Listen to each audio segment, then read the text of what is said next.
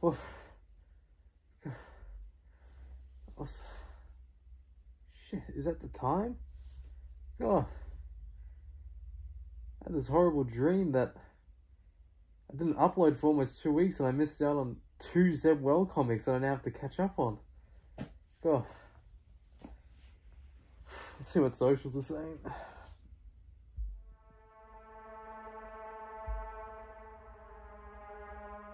Oh. Hey, welcome back to the Stash. As I'm sure you all know by now, the current run of The Amazing Spider-Man is easily the most hated Spidey book to date. Zeb Wells somehow managed to rival the infamous One More Day story and in a way beat it at being the worst Spider-Man era to ever exist. With just constant character assassinations and overall just very poor writing, our troubles continue with the latest installment in The Amazing Spider-Man issue 46. But before we get into that, I just wanted to take a quick moment to thank you all for the recent support on the channel, even while I've been away working. I'm glad I finally have time again to make some new content, and if you are new around here, we are trying to reach 1,300 subscribers before the end of the month, and with your help, I know we can do it. So if you like Spider-Man or just comic content in general, feel free to stick around and maybe hit that subscribe button.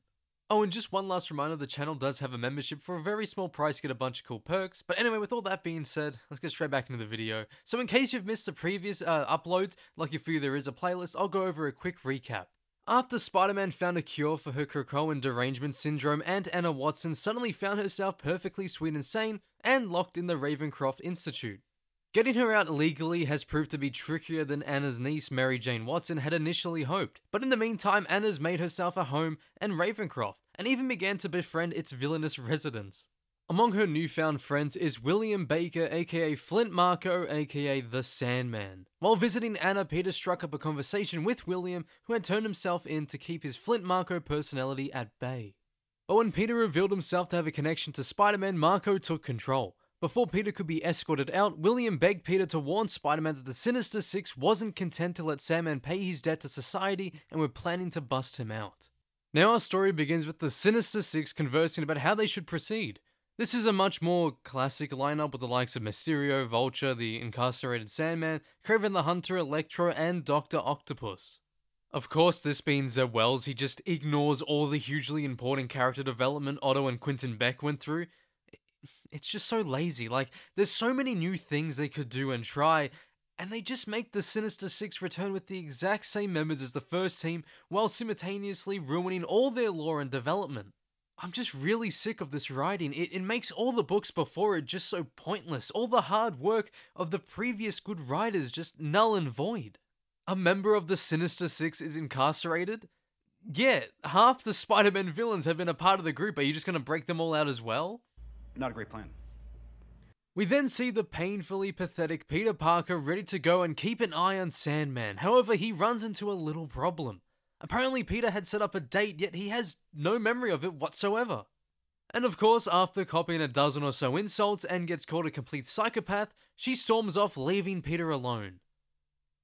Well, sort of alone. I mean, Mary Jane as Jackpot was there and listening the whole time. It'd be funny if it weren't so pathetic. No, what the heck, I'll laugh anyway. We then get this, this very interesting scene of Peter and Mary Jane on a rooftop. They're sort of just talking about this situation, which we haven't really gotten something like this in ages, and I'm glad that Zeb Wells sort of remembered that he actually needs to flesh out the characters instead of just, this thing happens, move on to the other thing that happens. But we already know that they'll never let Peter and MJ, or Black Cat as well, be together, so why do we continue with this same, like, Peter can't get over MJ story if it's just going to be stuck in this endless shitty cycle? Like, maybe just let Peter understand after 40 issues or so that he doesn't actually need Mary Jane and he can be alone, or maybe just meet someone else, and just, it would be a good message for the younger readers reading these comic books that they so desperately want to be as their target audience, and I just don't get it, because they just, if they don't want Peter and MJ together, just let them move on. It's so embarrassing to watch him pull this, like, pick me routine while she's betting with another guy. It really does set a bad example as well, considering this behavior isn't really beneficial for anyone involved and is arguably straight up unhealthy and self-damaging. Hey pal, you just blowing from Stupid Town? I want you to be happy? No, you don't. Like, this one page, although it was desperately needed for MJ's character, it just makes her a total hypocrite. For her to now be concerned about Peter when throughout this entire run, she has just given him the cold treatment and seen him pretty much less than human. Like, whenever Peter tried to talk to her, she just told him off and insulted him. She never even once apologized. This Peter and MJ shit isn't just pathetic, it's pretty much sociopathic. Like, Wells and the rest of them put them through all this unnecessary, convoluted bullshit in order to break them up again, but they're still putting that possibility of a get-together in front of us, like dangling a strand of Rogue's hair to Magneto. Oh! Oof, what's this here you're cooking? I could literally talk about how much I hate this for hours on end, but I'll try to save it for another time. So, moving back with the story, we go back to Ravencroft where it's time for bed for the inmates, and it's still pretty weird to see that all of them love Aunt Anna, and in a way she's sort of just become all of their aunts, I guess. So, I mean, good for her, I think. Anyway, surprise, surprise, things go south, and Electro is now in the prison ready to break out the Sandman. Oh, and this wouldn't be a Zeb Wells Spider-Man comic without him embarrassing himself at least a few times, am I right? You serious? Peter manages to save MJ from getting fried by Electro purely so they can give us another slither of hope, if you could even call it that at this point, of a spark still being there between the two. Aunt Anna gets in the way of the breakout and leaves Max very, very mad. As he's about to kill her, Whirlwind and the other inmates come to her defense because, haven't you heard, she's the mayor of Ravencroft. Oh god. Oh, brother, this guy stinks! I'm sorry, just one sec. The Fly and parole don't really belong in the same sentence. He literally eats people.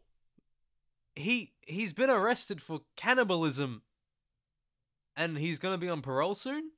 Spider-Man defeats Electro in the most Madam way possible. He pushes Hippo, and he falls on him. That's how he's defeated. Max is now back in the prison, and Sandman is seemingly safe until who would have guessed he turns evil again and breaks Electro out, therefore reforming the Sinister Six. Oh, and they also continue the will they, won't they thing again. 3 separate times in the same issue. Well, surely it can't get any worse. Oh my god, is that Ben Reilly? Stop! He's already dead! The best way I can describe this issue is it simply gets worse. Like, that's the perfect definition of the Amazing Spider-Man 46. It gets worse. Not only does Zeb Wells do even more damage to the relationship of Peter and Mary Jane, but also them as individuals. He just continues to ignore any sort of development made, and this was shown way back at the start of the series, yet somehow he's still gotten away with it. Now, I've said it before and I'll say it again, but, you know, sure, every Spidey book has its ups and downs, and clearly this book has way too many.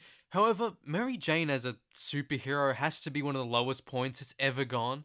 It's just so boring and uninteresting, and the only thing they can even think of doing is just keep teasing her and Peter getting back together.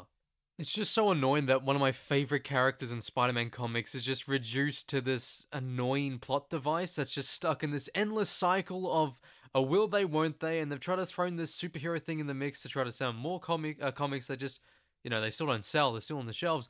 But, you know, like, I just miss the times, even when the JMS stuff, where it just felt like, this is how it should be. Like, this should be the status quo. And the fact that that's still gone is just really disappointing, and Ultimate Spider-Man shows that that is what people want, considering that it outsells this book every single day.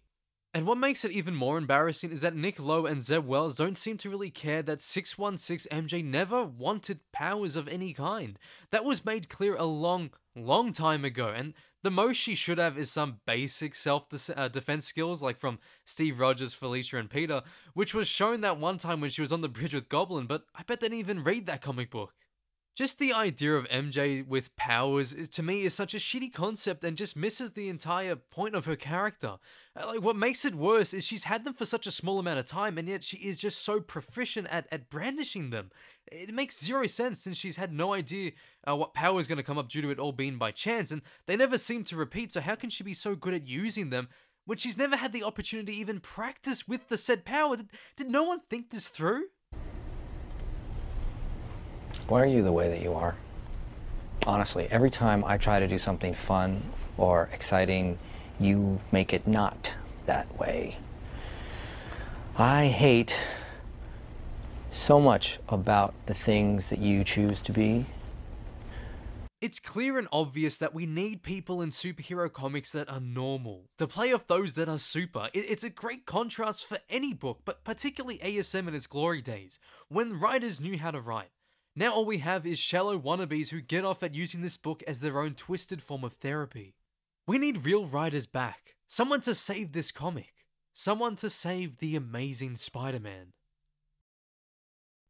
But that is it for today. Thank you guys so much for watching. If you have enjoyed, please like, comment, and subscribe if you haven't already, because here, any support means so much. I'd love to hear what you guys thought of this issue down below in the comment section. We can start a conversation.